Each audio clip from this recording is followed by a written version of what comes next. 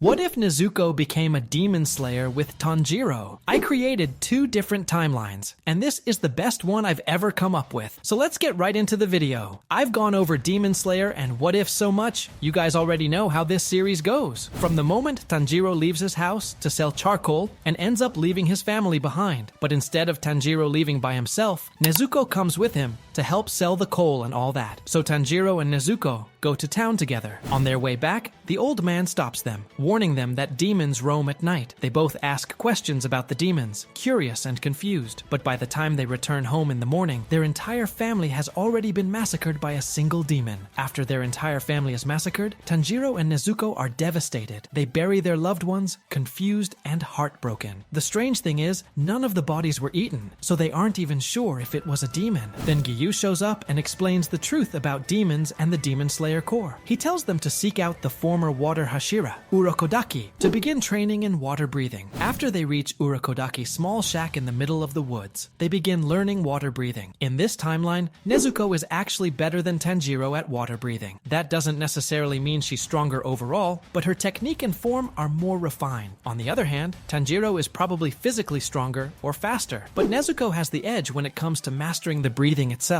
Now here's the thing, some of you might be thinking that Nezuko would have sun breathing, but in the original timeline, the only one who really knew it was Tanjiro. He practiced the Hinokami Kagura with his father, while Nezuko only ever watched. She never actually learned it. I'll explain her unique breathing style once we get to the training arc, but for now, both of them are using water breathing. So final selection comes around, and Nezuko is actually allowed to participate since she's not a demon in this timeline. She and Tanjiro team up, using water breathing to take down all the demons, especially the hand demon. Tanjiro has a much easier time this time around, since he's not alone. Now, let's fast forward to when they meet the drum demon. He used to be a lower moon, but isn't anymore. Zenitsu and Inosuke show up along the way, and together they defeat the drum demon. But now it's time to face a real lower moon. And this is where things get interesting, because in this timeline, we don't have demon Nezuko to rely on. So everything happens just like in the original timeline, up until they reach the mountain. Zenitsu usually stays back and cries, but this time he decides to go. He doesn't want to act like a crybaby in front of Nezuko. So we've got Zenitsu, Inosuke, Nezuko, and Tanjiro all running through the mountain, defeating demons and helping out the other demon slayers. When they finally face the spider demon Dad, they defeat him much more easily since there are 4 of them working together. Just like in the original timeline, instead of Giyu showing up to help Inosuke, well, not really help, just kill the demon for him, he arrives and quickly finishes off Rui. It's so nonchalant. He simply walks up to Rui and slices his head off without hesitation. Tanjiro wants to learn more about flame breathing and its connection to sun breathing, so he goes on the Mugen train with Rengoku. But we're going to take a different path with Nezuko. Since she's better at breathing techniques than Tanjiro and her family worked with coal, I think she'd develop love breathing, which is actually a variation of flame breathing. So in this timeline, Nezuko would use love breathing. So before Tanjiro goes to the Mugen train with Inosuke and Zenitsu, Nezuko tells him, "I'm going to be training with Mitsuri to learn love breathing." Tanjiro responds, "Okay, I want to see if Rengoku knows anything about Hinokami Kagura." They both split up, and the events on the Mugen train play out just like in the original timeline. The trio returns heartbroken. Rengoku has died. Nezuko is really worried about her brother, but she continues training in love breathing. Tanjiro takes time to recover and get back in shape. Then we move into the Entertainment District arc, which plays out differently in this timeline. Since Nezuko is a girl, she becomes one of the candidates to go undercover with Tengen. This time, I want to say that Kanao goes with them. I've always wanted to see what would happen if she joined the Entertainment District arc. I think Nezuko and Kanao would become good friends, so Nezuko convinces her to come along. Of course, Tanjiro also joined, but Inosuke and Zenitsu are sent on separate missions instead of joining the Entertainment District squad. So, in the Entertainment District, the only real change is that Kanao and Nezuko replace Inosuke and Zenitsu. The mission starts out mostly the same, but things change once the fighting begins. Just like before, Tanjiro meets Daki first and starts fighting her, while Tengen and the others are still dealing with the Belt Demon. But since Kanao is stronger and faster than Zenitsu and Inosuke, she and Nezuko arrive at the scene quicker. Because of that, Tanjiro doesn't pass out from exhaustion, and Nezuko never goes on a full rampage. Tengen then flies in and quickly cuts off Daki's head, and that's when the real Upper Moon 6 fight begins. Since Kanao is stronger than both Nezuko and Tanjiro, she helps Tengen fight Gyutaro, Upper Moon 6. Meanwhile, Tanjiro and Nezuko Nezuko team up against Daki, with Nezuko using love breathing and Tanjiro using Hinokami Kagura, also known as sun breathing. This time, Tengen doesn't lose a hand, and Tanjiro still unlocks his Demon Slayer mark. Together, they defeat Upper Moon 6. Kanao sits beside Tengen, frustrated that she can't do anything about the poison, even though she's the successor of Shinobu, who was a master of poisons. When Shinobu finds out that Kanao was on this mission, she rushes to the scene to make sure she's okay. By some stroke of luck, she arrives just in time and helps treat Tengen, using her knowledge of poisons to stabilize him and speed up his recovery. Tengen only survives by pure luck, but it's still hard for him to fully recover. The poison isn't completely gone. His body has to work it out slowly. Even with the antidote, it's not like a demon can just wipe it away instantly. And that wraps up the Entertainment District arc. Swordsmith Village arc. Now, since Tengen doesn't lose his arm in this timeline, he stays on duty. It takes him a little while to recover from the poison, but with Shinobu treating him, he eventually heals. Kanao, Nezuko, and Tanjiro return with some pretty bad injuries, but Tanjiro doesn't fall into a coma this time. His fight with Daki wasn't as intense as his fight with Gyutaro in the original timeline, so overall, they all recover fairly quickly. Nezuko and Tanjiro start training together. Since Nezuko had watched their dad perform the Hinokami Kagura countless times, she tries to give Tanjiro some pointers as he trains. Even though he never fully learned it herself, she helps correct him if he messes up, pointing out anything that looks off. Tanjiro is determined to master the technique, and Nezuko becomes his extra set of eyes during training. After a couple of months of training, Tanjiro realizes that his swordsmith still hasn't made him a new sword, so he travels to the Swordsmith village, and Nezuko goes with him. Since Mitsuri is there, Nezuko wants to talk with her about how she helped defeat the Upper Moon, and also show her the progress she's made. So she joins Tanjiro on the journey to the Swordsmith village. Everything plays out just like the original timeline up until the demons arrive at the village. When Upper Moon 4 reaches the room, all of them attack at once, and Upper Moon 4 splits into all of his emotion clones. Muichiro gets blasted away, leaving Tanjiro, Nezuko, and Genya to face the emotion demons on their own. While Muichiro goes to fight Upper Moon 5, Mitsuri eventually returns. Everything plays out mostly like the original timeline, except for one key difference. Tanjiro never gets the red blade, since Nezuko doesn't light it on fire like before. They all end up defeating their demons, just like in the original timeline. But this time, since Nezuko is not a demon, she doesn't conquer the sun. So that wraps up the Swordsmith Village arc. Now we move into what would have been the Hashira training arc, but in this timeline, it never happens. There's no real plan for it, since Muzan had no serious interest in the Demon Slayers at first. But once he realizes that Upper Moons 4, 5, and 6 are gone, he snaps. Furious, he says, "I'm done with these pesky Demon Slayers," and teleports all of them into the Infinity Castle. But this time, Tengen is with them. And now, we've got human Nezuko in the mix. So, let's get into it. So let's get the side battles out of the way. We've got Zenitsu versus Kaigaku, and then Mitsuri, Obanai, and Yushiro teaming up to fight the Biwa woman. Now, we're going to mix things up a bit. We've got Tanjiro and Nezuko teaming up to face Upper Moon 3, Akaza.